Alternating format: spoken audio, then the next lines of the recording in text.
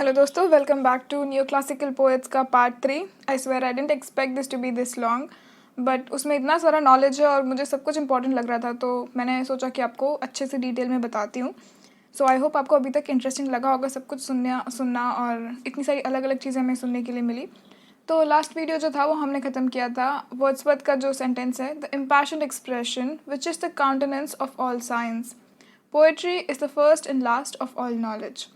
इसका मतलब है कि जो पोएट्री है वो पहला और आखिरी जो सारे नॉलेज हैं, हर चीज़ का अलग अलग नॉलेज होता है। जैसे इंजीनियर को अलग चीज़ का नॉलेज होगा, डॉक्टर को अलग चीज़ का नॉलेज होगा, लेकिन जो सारे नॉलेजेस है पोएट्री उसका पहला और आखिरी है। कि अब जो प्रिंट मीडिया था इस वक्त वो अब लेस पावरफुल हो गया था, क्योंकि इसी वक्त तक हमारे पास ऑडियो और वीडियो जो मोड्स है वो आने लगे थे, जैसे कि मूवीज़ या टीवी, रेडियो, ये सब चीज़ें आने लगी थी। तो जो इम्पैक्ट पहले था न्यूज़पेपर का या मैगजीन्स का या प्रिंट मीडिया ओवरऑल का जो भी इम्पैक्ट था वो अब थोड़ा थोड़ा कम होने लगा, क्योंकि लोग जो है वो ज़्यादा अफेक्ट हो रहे हैं। ऑब्वियसली उन्हें मूवी देखने मिलेगी या एक मैगजीन पढ़ने मिलेगी, तो वो लोग मूवी से ज़्यादा अफेक्ट होंगे।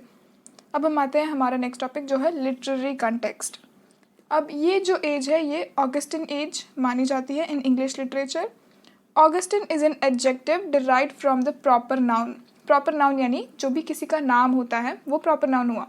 तो ऑगस्टिन किस पे बेस्ड है?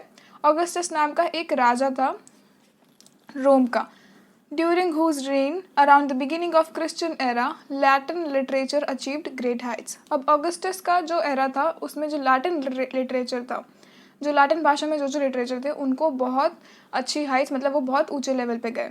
और यही वो एज भी है जब रोमन क्लासिसिज्म जैसे कि वर्जिल या फिर होमर जो है इनकी पोएट्री को बहुत एक्नॉलेजमेंट मिला। अगर आप ऑगस्टन जो एज है इसको डिक्शनरी में ढूंढने जाएंगे तो उसको उन्होंने एक्सप्लेन किया है, apply to the period of highest refinement of any national literature, the English literature of the age of Dryden and Pope is known by this term. यानी कि किसी भी पीरियड, अभी तक जितने पीरियड्स हो चुके हैं उन सब में सबसे ज़्यादा हाईएस्ट रिफाइनमेंट जो है ये ऑगस्टिन एज में हुई है। और इसमें जो दो फेमस पोएट्स हैं जो मेनली हर इस चीज़ को अफेक्ट करते हैं वो है हमारे ड्राइडन एंड पोप, जिनके बारे में हम पढ़ेंगे, जिनकी पोएट्री भी हम आगे के सेक्शन में पढ़ने वाले हैं। सो इज़ इट एक्साइटिंग कि आप इतनी रिफाइंड चीज़ें पढ़ने वाले हैं। अब इसका जो आइडिया है बेसिकली वो आया था रेनेसॉन्स से, लेकिन अभी इन्होंने उसको और आगे बढ़ाया। Bacon, Milton and Ben Jonson foreshadowed the neoclassical tendency of Dryden, Pope and Johnson। और इसके बाद जो रेनेसा के इंग्लिश पोएट्स और ऑथर्स थे वो भी इस क्लासिकल लिटरेचर से ऐसे ही इंस्पायर हुए थे। तो अब एग्जैक्टली हम बात करते हैं न्यू क्लासिकल एज की, जिसके बारे में हमारी ये पूरी यूनिट है। तो हम न्यू क्लासिकल एज की बात करें तो Ben Jonson was the first Englishman of letters to present a nearly complete and consistent neoclassicism in his criticism। तो ये पहला वो इंसान है जिसने ऑलमोस्ट, पूरी तरीके से तो नहीं लेकिन ऑलमोस्ट जो है न्यू क्लासिकल क्रिटिसिज्म को उसने लिख के प्रेजेंट किया है। यही वो पहला इंसान था जिसने वो रूल्स बनाए जिसको कि ड्राइडन ने मॉडिफाई किया। बेन जॉनसन ने रूल्स बनाए और ड्राइडन ने उसको आके मॉडिफाई किया। और जो फ्रेंच न्यू क्लासिकल क्रिटिक्स जैसे कि कॉर्नेल थे उन्होंने बताया कि ये रूल्स काम करते हैं। मतलब एक इंसान ने रूल बनाया, दूसरे इंसान ने उस रूल्स को मॉडिफाई किया और तीसरे इंसान ने बताया कि हाँ ये रूल्स सही है, ये काम करते हैं।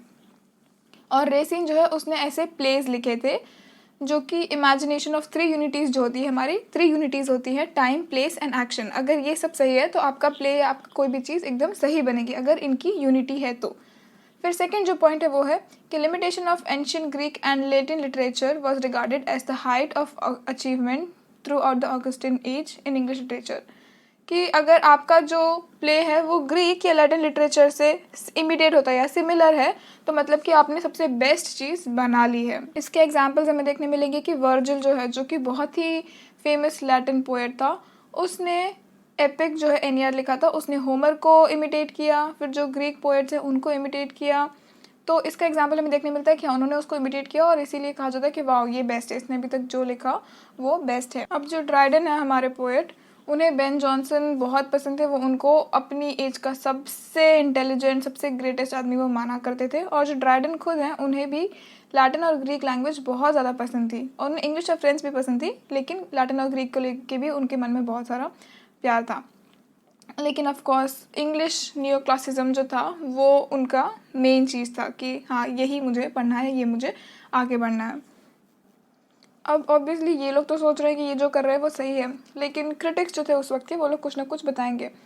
तो जो इलियट है उसने इनकी पोइट्री को कभी भी सीरियसली नहीं लिया। उसने ये कहा कि इनकी पोइट्री फ़नी है, जेन्युइन है, लेकिन इसमें ना सोल नहीं है, इमोशंस नहीं है। क्योंकि ऑब्वियसली इनकी जो पोइट्री थी, स्पेशली जहाँ पे वो सटायर करते हैं, उस पोइट्री में आप एक पोइट्री में जो आप इनोसेंस या जो इमोशंस ढूंढते हो वो इमोशंस आपको नहीं मिलेंगे इसमें। अब बस आप किसी का मजाक उड़ा रहे हो, which also takes of course intelligence and wit, but वो सोल और इमोशन नहीं है जो कि एक पोइट्री में होने चाहिए।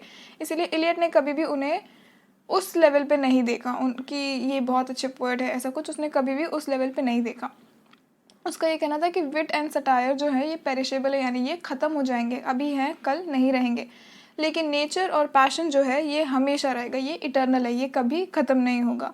और उसने पोप की पोइट्री को लेके भी कहा था कि इसमें मैनर्स है, लेकिन ये मैनर्स जो है वो बहुत ही पॉलिश्ड है, मतलब जो हम बहुत पेंट वेंट करके जो बहुत सुंदर बनाने की कोशिश करते हैं, तो क्योंकि तुमने उसको इतना ओवर कर दिया है कि उसमें जो नेचुरल ब्यूटी होनी चाहिए, जो नेचर से उसको सुंदर होना चाहिए, वो उसमें है ही नहीं। अब हम बात करते हैं उस वक्त की लैंग्वेज की। तो लैंग्वेज को वो लोग आगे बढ़ाने की कोशिश कर रहे थे, इंग्लिश लैंग्वेज को ऑब्वियसली वो आगे लेके जाना चाहते थे, लेकिन वहाँ पे कोई इंग्लिश एकेडमी नहीं थी फ्रांस में, और इस बात का ड्राइडन को बहुत ज़्यादा दुख था। अब अगर लैंग्वेज की बात की जाए तो ऐसा माना जाता है कि शेक्सपियर जो है उन्होंने जो अपने कॉमिक डायलॉग है वो नॉर्मल कॉन्वर्सेशन, जो डे टू डे हम आम इंसान जो एक दूसरे से बात करते हैं, उन कॉन्वर्सेशन को शेक्सपियर लेके उसको फ़नी बना देते थे। लेकिन जो ड्राइडन है उनका ये कहना था कि शेक्सपियर के जो डायलॉग्स है वो less elegant and less refined है, कि उसकी एज में, शेक्सपियर की ही एज में जो दूसरे प्लेस लिखे गए थे वो बहुत रिफाइंड और बहुत क्लासी थे, लेकिन शेक्सपियर के जो प्ले हैं वो उतने रिफाइंड नहीं हैं। अब जो हमारे बेन जॉनसन हैं वो वर्ड्सवर्थ को ज़्यादा क्लोज है बजाय कि ड्राइडन के, और इसीलिए उनके जो हमें पोएम्स और स्पीच है उसमें भी ये सब चीज़ें हमें देखने के लिए मिलती हैं। अब जो ऑगस्टिन एज है overall it was a happy balance and in the middle position, कि बहुत ज़्यादा दिखावे में भी नहीं थे और बहुत ज़्यादा ऐसा भी नहीं कि इतना क्रूड उन्होंने कुछ लिख दिया कि it doesn't even sound like a poetry anymore. अब उस वक्त की पोएम की जो लैंग्वेज अगर हम बात करें, जो पोएटिक डिक्शन है उनकी अगर बात करें, तो बहुत ही अच्छे तरीके से थॉमस ग्रे ने कहा है कि the language of the age is never the language of poetry, कि हमारी जो किसी भी एज की, किसी भी वक्त की जो भाषा है वो कभी भी पोएट्री की भाषा नहीं हो सकती है। क्योंकि जो हम ऐसे बात करते हैं या जो मैं बोल रही हूँ इसको मैं पोएम बना दूँ, ऐसे तो नहीं चलेगा ना। जो पोएट्री है उसकी भाषा हमेशा हमेशा थोड़ी आगे रहेगी। लेकिन जो विलियम वर्ड्सवर्थ हैं उन्हें ये बात बिल्कुल भी जमी नहीं। उन्हें लगता था कि जो लैंग्वेज ऑफ पोएट्री है is the language of common speech, the very language of man, कि जो लोग जिस भाषा में बात करते हैं पोएम भी उसी भाषा में होनी चाहिए। अब ये मैं आपके ऊपर छोड़ती हूँ कि आपको क्या लगता है कि पोएट्री की जो भाषा है वो अलग होनी चाहिए या जो हम बोलते हैं वैसी होनी चाहिए, या आप मुझे कमेंट सेक्शन में बताइए। लेकिन उन्होंने जो है क्रिटिसाइज़ किया था 18th सेंचुरी के पोएटिक डिक्शन को।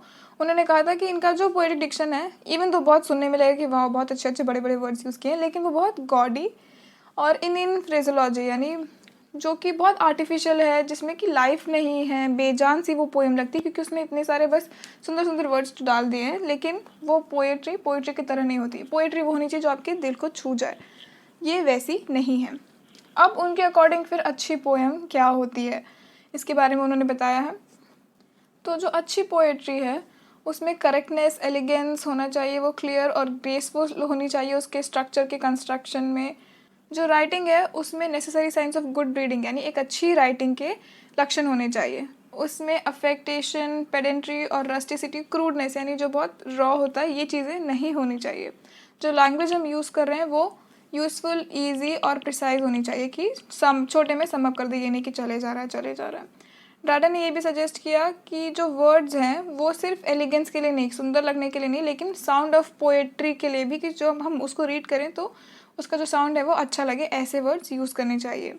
जो डायलेक्ट फॉर्म्स है टू बी अवॉइडेड। डायलेक्ट यानी जैसे हिंदी भी जब हम बोलते हैं तो हर एक जगह की हिंदी थोड़ी अलग हो जाती है। आप थोड़ा थोड़ा दूर भी जाएंगे, स्पेशली इंडिया में, तो हर 10-10 किलोमीटर पे आपको जो लैंग्वेज है उसके डायलेक्ट फॉर्म्स अलग अलग मिलेंगे। तो उन्होंने कहा कि पोएट्री में जो है डायलेक्ट फॉर्म्स अवॉइड करने चाहिए, आर्कियाज़म भी नहीं होना चाहिए, लेकिन जो लैटिन बोरोइंग्स हैं उसको उन्होंने एनकरेज किया था, कि मुझे जो घर पे चाहिए मुझे उसे बाहर ढूंढना चाहिए, बाहर ढूंढ के मैं उसे घर पे ले आऊँगा, ऐसा। उसको जो है कंपाउंड वर्ड्स पसंद नहीं थे। कंपाउंड यानी जो दो वर्ड्स को मिला के तीसरा वर्ड बनाया जाता है, जो कंपाउंड वर्ड होता है वो। टेक्निकल टर्म्स जो है उन्हें भी अवॉइड करना चाहिए। और the use of general terms की जो नॉर्मल है चीज़ें, बहुत ऐसा साइंस में या जो बहुत टेक्निकल है इन चीज़ों में नहीं घुसना चाहिए। इस तरीके से उन्होंने बताया कि एक अच्छी पोएम कैसी होगी। अब हम बात करते हैं poetry verse, prose and prose fiction poets. अब पोएट्री यानी जिसमें एक लय एक रिदम हो, और प्रोज यानी हम जब कोई भी एक स्टैंजा लिखते हैं प्रोज, जिसमें कि हम कुछ भी राइमिंग या ऐसा कुछ जोड़ने की कोशिश नहीं कर रहे हैं।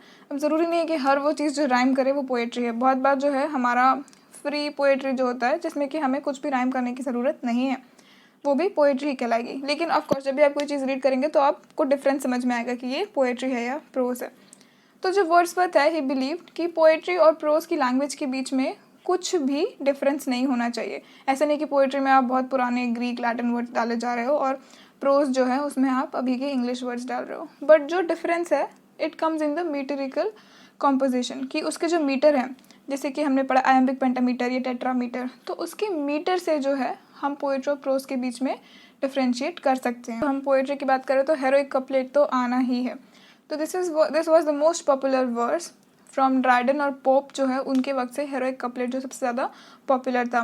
डॉक्टर जॉनसन जो है उन्होंने ये भी कहा था कि this blank verse only looked like a verse, इसीलिए मतलब ये सिर्फ दिखने में वर्स की तरह है बट ये एक्चुअल में एक वर्स है नहीं, इसीलिए they use to prefer heroic couplet. और उस वक्त जो ऑगस्टिन एज में जो लोग थे उन्हें भी हेरोइक कपलेट सुनना ज़्यादा अपीलिंग लगता था। और जो ब्लैंक वर्स जो थे, जो कि मार्लाउ, शेक्सपियर और मिल्टन के टाइम पे यूज़ किए जाते थे, अब वो वर्ड्सवर्थ के टाइम पे उतने इम्पॉर्टेंट नहीं रह गए थे। उसकी जगह पे जो है हेरोइक कपलेट उसको ज़्यादा पॉपुलैरिटी मिली। और जो मिल्टन है उन्होंने ड्राइडन के लिए डिस्क्राइब किया था कि हाँ इसकी राइमिंग स्कीम तो अच्छी है लेकिन ये पोएट नहीं है। ऑब्वियसली इस यूनिट में हमें बहुत बार दूसरे लोगों के पॉइंट ऑफ व्यू भी सुनने के लिए मिलेंगे, क्योंकि अगर हम सिर्फ एक पोएट के बारे में पढ़ रहे हैं कि हाँ उसने ये किया ये किया ये किया, तो हमें फिर कभी भी समझ नहीं आएगा कि हाँ हमें लग रहा है कि क्योंकि वो पुराने हैं वो बड़े हैं तो हमें लग रहा है कि उन्होंने जो भी किया वो सही है। लेकिन जब हम उनके कंटेम्प्रेरीज के या पुराने उनसे भी ऊपर वाले लोगों के या उनसे बाद वाले लोगों के व्यूज़ पढ़ते हैं तो हमें समझ में आता है कि ओ ओके मे बी ये चीज़ गलत भी हो सकती है, या फिर हमें भी अपना व्यू रखने का मौका मिलता है। Maybe you agree with them और maybe you don't agree with them. तो इसीलिए हमें जगह जगह पे पोएट्स को लेके दूसरों के उनके कंटेम्प्रेरी जो लोग थे उनके क्या व्यूज़ हैं हमें वो देखने के लिए मिलते हैं। अब हम आते हैं जो प्रोज फिक्शन के राइटर्स हैं उन पे। तो जो अर्ली प्रोज राइटर्स थे वो थे सिर्फ ड्राइडन, डेफोय और स्विफ्ट। ये तीन ही लोग जो थे जो अर्ली प्रोज लिखा करते थे। इनके जो प्रोज थे वो बहुत ही इन्वेंटिव थे कंपेयर टू जो कि बाद के अगस्टिन प्रोज आए हैं। ये काफ़ी इन लोग कुछ नया बनाते थे। इसमें क्या क्या इंक्लूड होता है, essay, diary writing, memoirs, letters, pamphlets हुए, ट्रैवल, बायोग्राफी, ऑटोबायोग्राफी, हिस्ट्री या लिटरेरी क्रिटिसिज्म या फिर रिलीजियस प्रोज, ये सारी चीज़ें इनके ही लिटरेरी फॉर्म में प्रोज में इंक्लूड होती हैं। और नॉवेल्स जो है वो भी, जो हम फिक्शन लिखते हैं वो भी प्रोज या फिक्शन में ही आएगी। अब जो है अगर हम बात करें कि एलिजाबेथन एज और रिस्टोरेशन एज जो है, इन दोनों के बीच में काफ़ी ज़्यादा डिफरेंस था और इसी की वजह से सिविल वॉर भी जो हुई उसका काफ़ी ज़्यादा इम्पैक्ट है। और इसीलिए उस वक्त का जो साइंटिफिक स्पिरिट था वो भी चाहते थे कि क्रिश्चियनिटी जो है वो थोड़ी रीजनेबल हो जाए, क्योंकि रिलीजन भी ऑब्वियसली, साइंस, रिलीजन, पोइट्री, हर चीज़ आपस में जुड़ी हुई है, कुछ भी एक दूसरे से सेपरेट नहीं है। ड्राइडन ने भी यही सजेस्ट किया था कि जो ओल्ड टेस्टामेंट है उसे ढूंढना चाहिए बजाय कि लोग न्यू टेस्टामेंट को आगे पढ़े। और जो पोप है वो अपना इन्फ्लुएंस से, अपने सटायर से काफ़ी खुश था। उसे मज़ा आता था कि लोग भगवान से ज़्यादा मुझसे डर रहे हैं, बिकॉज पोप जो है वो बहुत सेल्फ कॉन्शियस हो चुके थे। मतलब अब उन्हें अपने बारे में ज़्यादा ज्ञान था। पहले वो अपने आप को उतना सीरियसली नहीं लेते थे लेकिन अब उन्हें पता है, वो कॉन्शियस है। और इसीलिए जो पोएट सटायरिस्ट है जो कि वो बन चुके थे वो अब खुद के हीरो थे। अब इसके साथ हम ऑलमोस्ट जो है हमारे इस चैप्टर के इस यूनिट के एंड पे आ गए हैं। तो यहाँ पे सिर्फ तीन चार एक्चुअली टर्म्स हैं जिसके बारे में इग्नू की बुक्स में दिया हुआ है, तो वो बस मैं आपको ब्रीफ में बताऊंगी, सिर्फ इंट्रोड्यूस कराऊंगी क्योंकि ये वर्ड्स जो हैं आपने भी सुने नहीं होंगे पहले। सबसे पहला वाला जो है वो है क्वेकरिज्म। तो सिविल वॉर के बाद जो है क्वेकर मूवमेंट को आगे बढ़ाया गया था, जिसमें कि पब्लिक प्रीचिंग हुई। जॉर्ज फॉक्स नाम का आदमी था, उसने पब्लिक प्रीचिंग की और इससे बहुत सारी लिटरल एक्टिविटी हुई। और जो एंजेलिकन चर्च है उन्होंने इस ट्रेडिशन को सुप्रीम बोला, और जो प्यूरिटन्स जो थे उन्होंने अपनी बाइबल को सुप्रीम बोला। तो जो क्वेकर्स हैं, जो लोग क्वेकर्स हैं, they valued a direct experience of God above all. उन्हें भगवान को एक्सपीरियंस करना था, बचाए कि इन सब चीज़ों के कि बाकी आसपास क्या हो रहा है उससे उन्हें फ़र्क नहीं पड़ता था, उन्हें भगवान को एक्सपीरियंस करना है। इट डजेंट मैटर कि उनकी मेथड क्या, उनका वे क्या है। जो क्वेकर्स है were so called because of their leader Fox made them tremble at the word of the Lord Fox founded in the society of friends. उनका जो जर्नल है, जो उन्होंने डायरी लिखी थी, जर्नल है इस डीपली मूविंग मिस्टिक बुक्स। और इसीलिए जो क्वेकर मूवमेंट है धीरे धीरे वक्त के साथ साथ जो है वो सिर्फ एक सेक्ट में रह गया। पहले जो थे बहुत सारे लोग इसको फॉलो करते थे, फिर धीरे धीरे करके ये कम हो गया और फाइनली जो है इसका ग्लो पूरे तरीके से चला गया। और इसीलिए आज के वक्त में हमने इसके बारे में सुना नहीं है, या आज के वक्त में आपको शायद ही ऐसे लोग मिलेंगे जो इसको फॉलो करते हैं। तो अगला जो हमारा वर्ड है वो है डीज़म। डीज़म को अगर हम सीधी सीधी भाषा में बोले तो ऐसा है कि हम इस चीज़ में बिलीव करते हैं कि हमसे ऊपर कोई तो है जो कि हम सबसे ज़्यादा बड़ा है, जिसने हम सबको बनाया है और वो हमारे इन कामों में घुसता नहीं, उसने हमें बना दिया है और अब वो हमारे इन कामों में घुसता नहीं है। अगर आपको चाहिए तो मैं इनके लिए और जो वीडियोज़ हैं, मैंने नहीं बनाए बट किसी और ने जो बनाए हैं, वो वीडियोज़ की लिंक मैं यहाँ शेयर कर सकती हूँ, ताकि अगर आपको डीप में इन वर्ड्स का मीनिंग जानना है तो आप जान सकते हैं।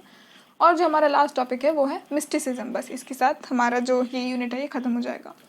The universe was a machine to the new thinkers of the age. जो भगवान और रिलीजन है इन्हें प्रूफ करने की ज़रूरत पड़ने लगी, क्योंकि अभी तक था कि लोग आंख बंद करके बिलीव करते थे कि हाँ भगवान है, रिलीजन है, लेकिन अब जो है साइंस और इन सब के साथ लोगों को अब चाहिए था कि मुझे प्रूफ चाहिए कि हाँ भगवान है क्या।